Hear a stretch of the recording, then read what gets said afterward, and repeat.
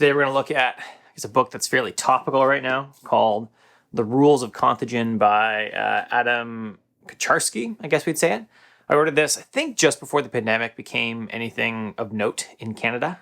Certainly of note elsewhere, but not in Canada yet. And I just read it partway through the pandemic a couple months ago, actually, because I am just that far, I guess, ahead on my videos. I'm behind on my reading because I have a stack of books over here to review. Anyway, that's what we're going to cover today. What is a pandemic? We're going to look at it a little bit from the disease side, but we're also going to look a lot at how ideas spread, because this is more than just like diseases. This actually looks at how ideas spread, how social media does stuff. Like, it's certainly more than that. Before we do that, though, a few ways that you can support the channel. Number one is to go to patreon.com/CurtisMcHale, become a patron. Number two is to go to curtismchale.ca/Skillshare, take one of my Skillshare courses. The one that is probably most interesting to you watching a book review is my Getting Started with Zettelkasten course, which I used literally to write this. I literally went through my notes, compared this and another book called Connected, which we'll talk about, and like kind of meshed the ideas together, looked at like multiple ideas, how they go together. That's probably the one that's most interesting to you. And there's a direct link to that in the show notes below. That's it. Let's buckle up and look at the rules of contagion. So the first idea we're going to look at is really around viruses. That's where we'll start, and then we'll move into more of the idea creation, how ideas spread stuff. To keep it short, ideas and diseases spread because people aren't immune to them, really. I actually found that this raised a great question for me, is how do you stop, I guess, misinformation from spreading? Because people aren't immune to the misinformation yet. And is it through education? And I don't know. Because I don't think he addresses that very well, how to stop misinformation, and maybe that's not his point. So I'm not faulting the book on that, but it doesn't address how to stop misinformation, conspiracy theories from happening. It just says that basically ideas will spread, viruses spread until people are no longer susceptible to them. And there's kind of two ways you can not be susceptible. One is immunization, one is having it and rejecting it, right? So getting over the disease, looking at the idea and saying nope, or being, we'll say, educated, being educated on ideas that are opposing the theory that is not really valid. There's an interesting graph that shows how viruses and ideas kind of cross paths as far as who gets it, who's recovered, and then who's actually susceptible to it. And it shows that at the beginning, right, everyone's susceptible, and then as people get it, susceptibility goes down, people who got it goes up, and then they actually flip, and then right in that middle where before they flip is where you see the peak, I guess, infection rates, where people are highly infected because it hasn't crossed the line yet. So once you get cross the 50%, we'll say, I don't know if that's the right number, but where people are susceptible and infected, like when you cross that number, then it starts going down, because every time a virus or an idea has to go past one more person, like it may hit someone who's not susceptible to it, and it just shuts it right down. So that's an interesting thing to look at as far as how, this is what we talk about with herd immunity. This is what we want in the pandemic, where someone might get it because they are still susceptible, but it doesn't go any farther than them because there's nowhere else to go, right? Because, maybe I am not susceptible. Maybe someone else is not susceptible. And that's just an interesting idea as we try to get to herd immunity here. Another crucial point to understand with, I guess, the spread of anything is the reproduction number.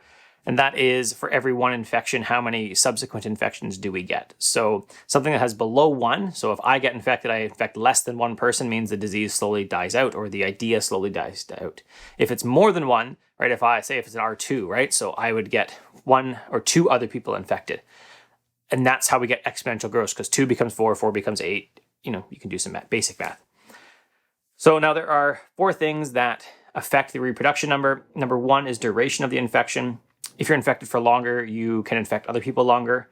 The opportunities, you have to pass it on. So basically how many people you see, how transmissible the idea is or the virus is, right? So again, an aerosol virus is more likely to be transmissible because it just goes out in your breath, whereas something like AIDS, HIV, is less transmissible because it takes more intimate interaction. And then finally, the average susceptibility, as in who is already immune to the disease. And those 4 things come into like just kind of affect the reproduction number. So most of the like the lockdown stuff really looks to reduce, number 2, the opportunities that you have to transmit it. by stopping the transmission probability as well, because if you're in an enclosed space, you're more likely to transmit. If you're in an open space, less likely, because the aerosols are pulled away by the outside air. Now let's move on from diseases to look at ideas. Now specifically, he actually talks about creating and how creating spreads ideas, because number one, it provides opportunities, right? Going back to our how you get a high reproduction number that your idea has to spread, right? As more people see it, it creates opportunities. You get your ideas out there, you have more opportunities again. Building high quality content is similar to increasing transmission, or you're more likely to get caught with decent quality content. Your idea is more likely to get caught. And marketing is about finding more people that are susceptible to that. I actually saw that in the Dip by Seth Godin, where he says his number 2 point, whereas the question that you should ask if you should stop, number 2 is basically most people don't know about you, so you need to do better marketing so that more people haven't even a chance to reject you. Most of your market hasn't heard about you, so they haven't had an opportunity to reject you yet. Another interesting idea was looking at open offices, where he talks about the idea behind open offices that we increase the opportunities, going back to our number factors, for transmission by having more interaction with people. In theory, you have more serendipitous bumping into each other. The truth is, as cited in a few studies here, is that it being open offices reduce the face-to-face meetings of people by about 70%.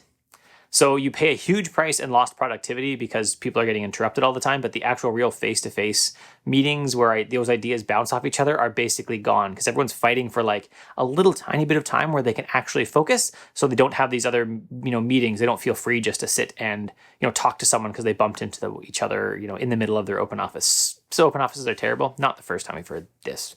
Talked a lot about that in, I think it was Alex Sujun Kim Pang in, I can't remember if it was Rest or Reset, that open offices were just basically bad and didn't allow you to rest and didn't allow you to get maximum out of your people. Now, finally, it was interesting that Kachowski, I want to say Wachowski, but those are directors. Kacharski, right? Adam Kacharski said that yes, we actually do see more opposing views on social media, but he also brought up confirmation bias and disconfirmation bias. So confirmation bias is we're more likely to seek out information we already agree with, and disconfirmation bias is that information we don't agree with is given a much higher bar to jump for us to believe it. So yes, we may see more alternate views to ours, but we are unlikely to change our minds because of it. Mostly that's because empathy. Online doesn't let us see the results of our actions, often of our terribleness, so that we don't build empathy. And we saw that talked about in Digital Minimalism and in Irresistible. It talked about that. And it talked about that in iGen. So iGen is, I guess, late millennials, into the next generation. That's by Genome Twenge. There'll be a link to that around. And they talked about the dichotomy of the iGen generation being more accepting of sexual orientation, of a whole bunch of other things, while at the same time as being very harsh on some of it because they lack empathy, because most of their interaction is done online. Most of the interaction is done online because parents overparent themselves to cite free-range kids. Because we, like our city design, everything has basically got us to a point where we don't think kids are safe, while at the same time thinking our kids are actually the safest they have ever been. Yeah. So finally, should you read it? This is a decent book. I'm not going to say no. I think that it was interesting. It added to the argument in a few spots, but it also didn't cover some stuff that was superbly covered in Connected. Connected is a lot more, I'll say, research-focused book, a lot more studies in that, though. Specifically, there was the rule of 3, where it's your friends affect you. So if my friend gets heavier, stops exercising, stuff like that, I am actually more likely to get heavier to stop exercising because my friend. And that works the other way too, right? They start smoking or they stop smoking. That all kind of comes through. There was 2 or 3 times where I was like, Adam just needed to say, explain that rule, the rule of thirds, is that what they call it? I think I've actually got it wrong now. 3-degree rule. All he needed to do was explain what that was, and then he could have cited later in the book, see, this is the 3-degree rule. It's like, that's all you had to say. That the 3-degree rule does this. And he didn't, and I know he's read Connected because it's actually cited in the back. He cited it in other spots, but I just didn't pull that out. And that just could be different. So I think Connected might be a better book, although I feel like it's a heavier book. It's a lot deeper, and I felt that book was a little repetitive at times, right? Because it said, here's the ideas, here's why things kind of transmit, and here's like 8 different scenarios how they transmit in social media, in diseases, in STDs. So I I want to say Connected is better. I feel like it had more meat to it while having some more repetition. Well, this one was a little more, we'll say layman focused, a little more fun, if this can be a fun topic. That's it. If you liked the video, you can give me a thumbs up below. If you loved it, you can subscribe. You hit the bell, and YouTube will maybe let you know if something happened, but who knows. And if you're interested in the book, because I don't think it's bad, I wonder if Connected is a better introduction to the topic. Then you can find a link to purchase that below on Amazon or on bookshop.org, which supports your local bookstores, or your independent bookstores anyways. That's it. Have a good one. You can support the channel. I said that stuff at the beginning, Patreon, Skillshare, stuff like that. Have a good day. Maybe go read or something. I'm going to go make sure my kids cleaned up stuff because, they're kids. Who knows if they did it.